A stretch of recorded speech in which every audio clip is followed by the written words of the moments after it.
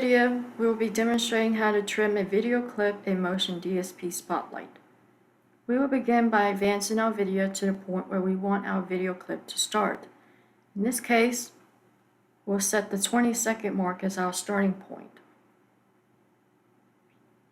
We'll come over and select the Set Selection Start button. If I move the playhead a little bit, you'll see it adds a little blue mark to our timeline.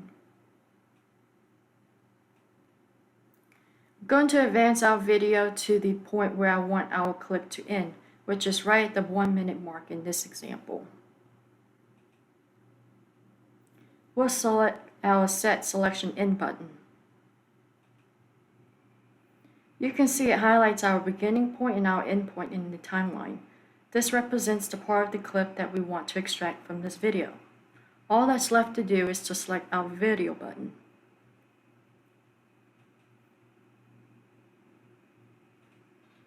We'll select the desired output format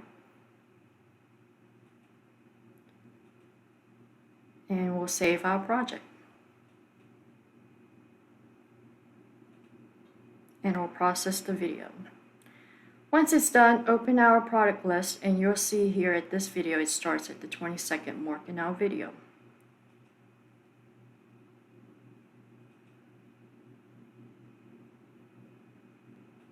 We were able to select a small portion of the video and trim to just that part of the video.